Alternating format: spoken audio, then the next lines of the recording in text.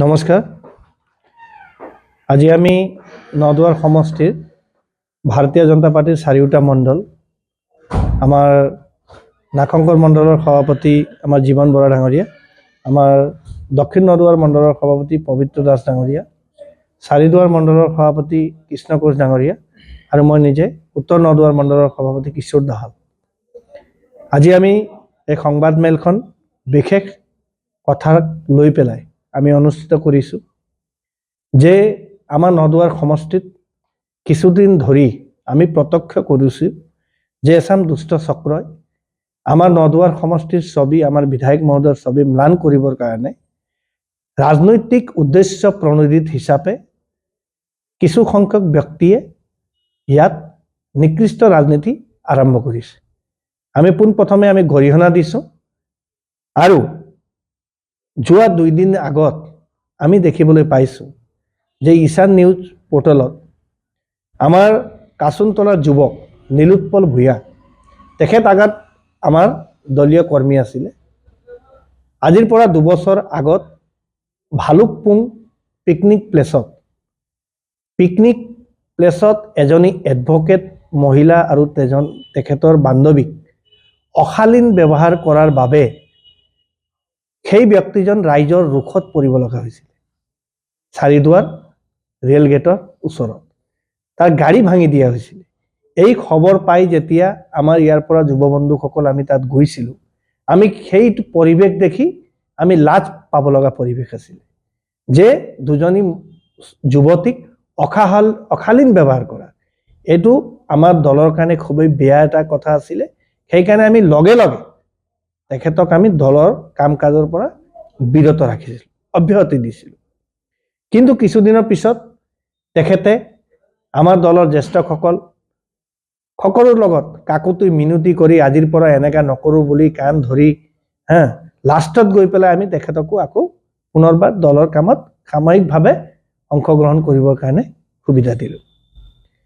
সেই হোৱা অলপ দিন পিছতে আকৌ আমি দেখিবলৈ পালোঁ যে জামগুৰি থানাত সেই সময়ত আমাৰ SP আছিলে সুশান্ত বিশ্ব শৰ্মা ডাঙৰীয়া।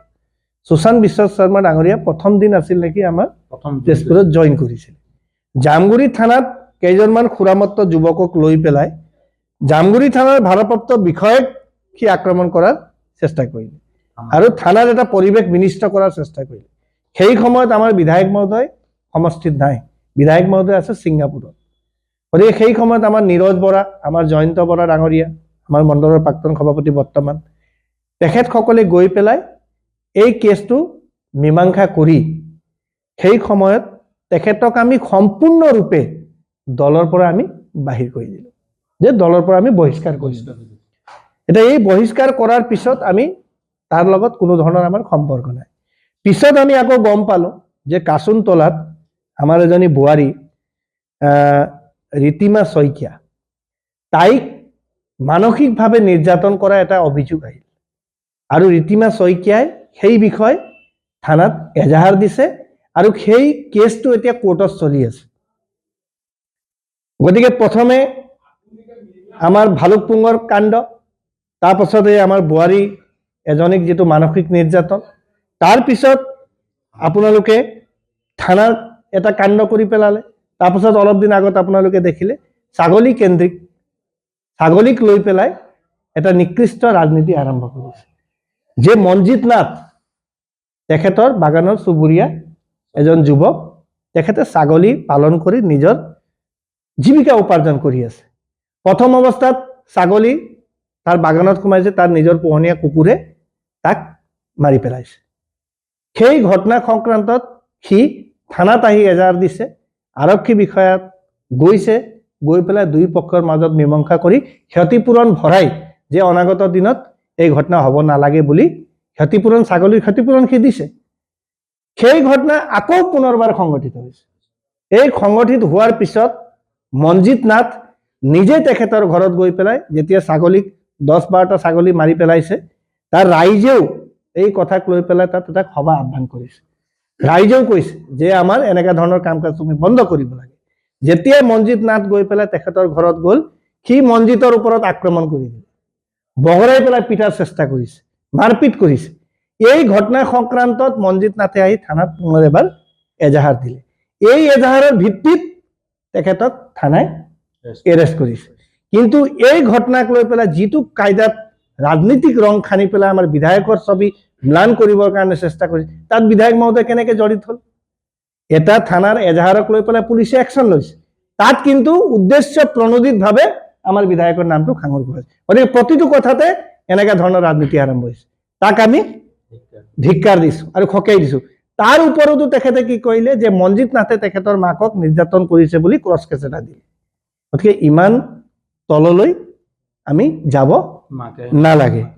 গতিকে এইটো ঘটনা সংক্ৰান্তত এতিয়া আমি 4টা কেছ আমি ব্যাখ্যা কৰিলোৱে। গতিকে এনেকা ধৰণৰ ব্যক্তি আজি কি কৰিছে, কংগ্ৰেছে এটা ঢাল হিচাপে লৈছে যে তেখেতসকলৰ মাটি ভৰিৰ তলৰ মাটিটো নাই, তেখেতসকলে নীলোৎপলক ঢাল হিচাপে লৈ পেলাই ইয়াত এটা নিকৃষ্ট বাতাবৰণৰ সৃষ্টি কৰিবলৈ চেষ্টা কৰি আছে।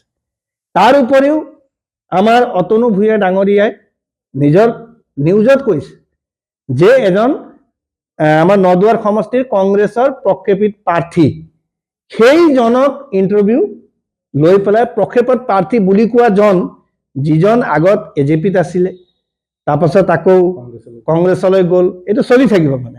গতিকে তেনেধৰণৰ ব্যক্তিক বেকত আজি এনেধৰণৰ ইয়াত কাম কাজ হৈ আছে। আমি মণ্ডল সমিতিৰ পৰা আমাৰ দলৰ, আমাৰ সন্মানীয় বিধায়কৰ, আমাৰ সমষ্টিক এনেধৰণৰ পৰিৱেশ কৰাটো আমি ধিক্কাৰ জনাইছো আৰু গৰিহণা দিছো। আৰু দ্বিতীয়তে যোৱা 19 জানুৱাৰী তাৰিখে আমাৰ বিধায়ক মহোদয়ৰ সুপুত্ৰ, সেইজনক ইণ্টাৰভিউ লৈ পেলাই প্ৰক্ষেপত প্ৰাৰ্থী বুলি কোৱা জন, যিজন আগত এজেপিত আছিলে, তাৰপাছত আকৌ কংগ্ৰেছলৈ গ'ল, এইটো চলি থাকিব মানে। গতিকে তেনেধৰণৰ ব্যক্তিক বেকত আজি এনেধৰণৰ ইয়াত কাম কাজ হৈ আছে। আমি মণ্ডল সমিতিৰ পৰা আমাৰ দলৰ, আমাৰ সন্মানীয় বিধায়কৰ, আমাৰ সমষ্টিক এনেধৰণৰ পৰিৱেশ কৰাটো আমি ধিক্কাৰ জনাইছো আৰু গৰিহণা দিছো। আৰু দ্বিতীয়তে যোৱা 19 জানুৱাৰী তাৰিখে আমাৰ বিধায়ক মহোদয়ৰ সুপুত্ৰ নীৰজ নিসিম হাজৰিকা, এজন বিধায়কৰ পুত্ৰ হলেও কৰ্ম সংস্কৃতিৰ জৰিয়তে নিজকে সংস্থাপন কৰাবৰ কাৰণে তেখেতে আগবাঢ়ি গৈছে। তেনে এজন যুৱক ছাত্ৰ অৱস্থাত আছে, এই তেজপুৰ ইউনিভাৰ্চিটিত অধ্যয়নৰত অৱস্থাত আছে।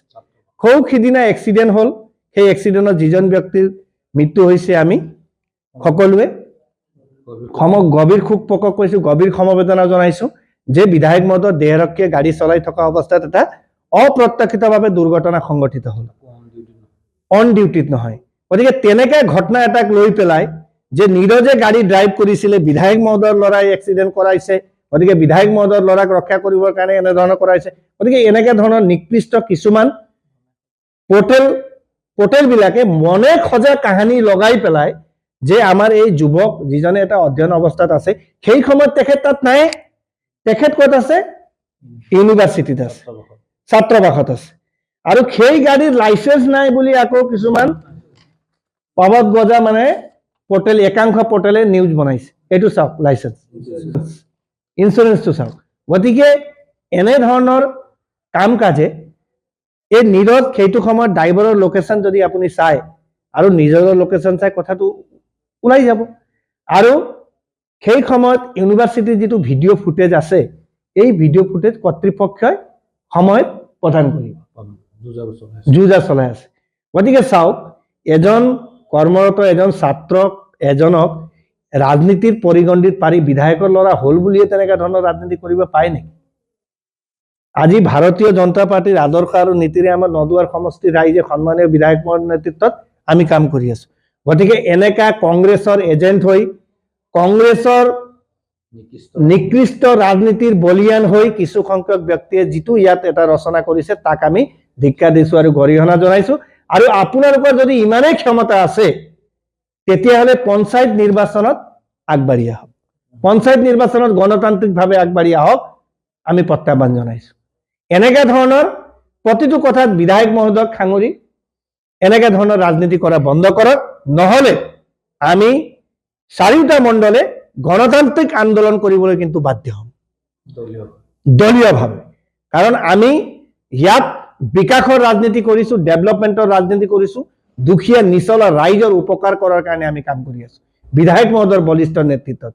গতিকে বিধায়ক মহোদয়ক বাৰে বাৰে প্ৰতিটো কথাত এনেকে ধৰণৰ ষড়যন্ত্ৰমূলক যদি আপোনালোকে অনাগত দিনত কৰে, আমি কিন্তু তাৰ প্ৰত্যুত্তৰ দিম আৰু প্ৰয়োজন হলে আমি কিন্তু গণতান্ত্ৰিক আন্দোলন কৰিবলৈ বাধ্য হ'ম। এই কথাটো আপোনালোকক আমি জনাইছো আৰু আপোনালোকক অনুৰোধ জনাইছো যে